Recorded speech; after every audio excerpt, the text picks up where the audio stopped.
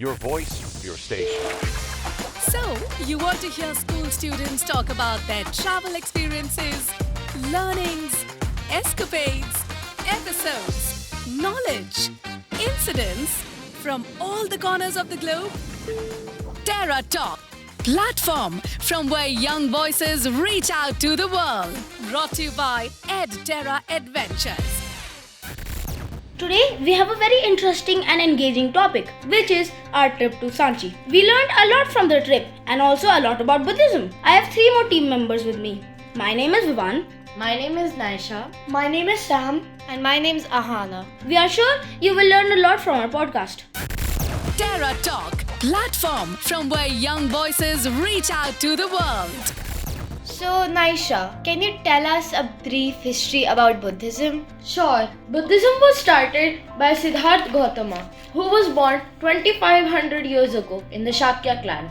His father, Sudhodana, raised him in luxury and trained him in the art of war. His marriage was at 16 and was blessed with a son named Rahul. One day, while going through the town of Kapilvastu, Siddhartha saw some people in sorrow, which disturbed him a lot.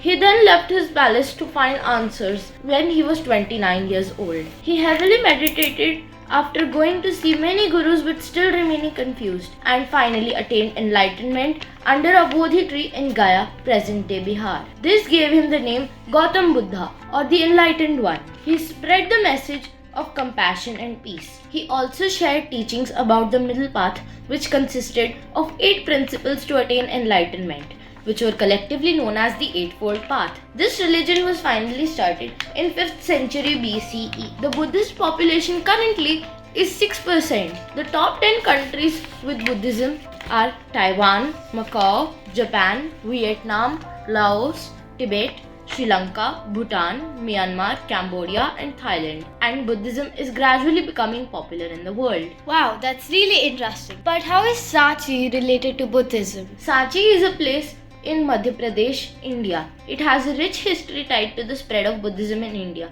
It is known for its ancient Buddhist monuments, which were commissioned by Ashoka of the Mauryan dynasty, which we will talk about later. After the 12th century CE, the site fell into disuse and was forgotten until its rediscovery in the 19th century CE by General Mark Taylor. Other restoration work of the site was led by famous archaeologists like Sir John Marshall.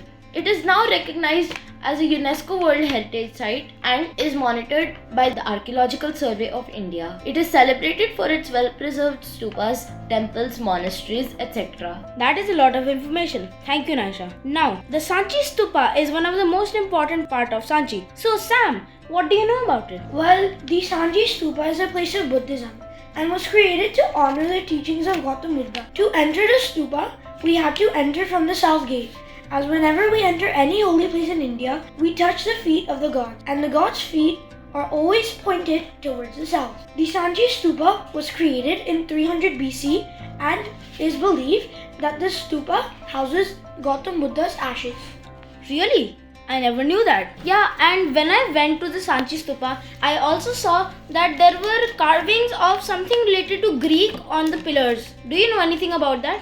Yes. Did you know that the Sanchi Stupa was related to Greek mythology? This is because the builder of the stupa was Ashoka, and Ashoka's grandfather was married to a Greek woman, Helena. For this reason, Ashoka was part Greek. So, if you can see on the gates of the stupa and the area surrounding it, you can see carvings related to Greek mythology around the area of the stupa and in the gate, like the Pegasus. Now, Vivan, I heard that there are rules of dynasties in the making of the Sanchi Stupa.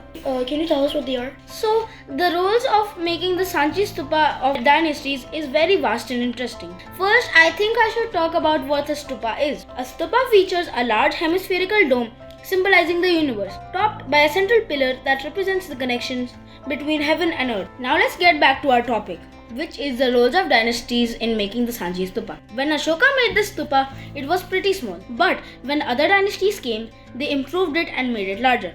It is now the largest stupa in Sanchi. Many foreigners around the world donated materials to make the stupa. Their names are also written on the pillars. 200 rupees notes are also based on the Sanchi stupa. Finally, we have Ahana with us. Ahana, what do you think was your favorite part in the entire journey? In my opinion, the Jataka tales is one of the most interesting parts in the Great Stupa. Can you tell us something about what these are? The Jataka tales are stories of Gautam Buddha in his past lives. They are beautifully carved on the south torona of the Great Stupa. The first tale is the most interesting in my thoughts. Overall, our experiences and knowledge through this amazing trip led to a very good trip to Sanchi. Thank you.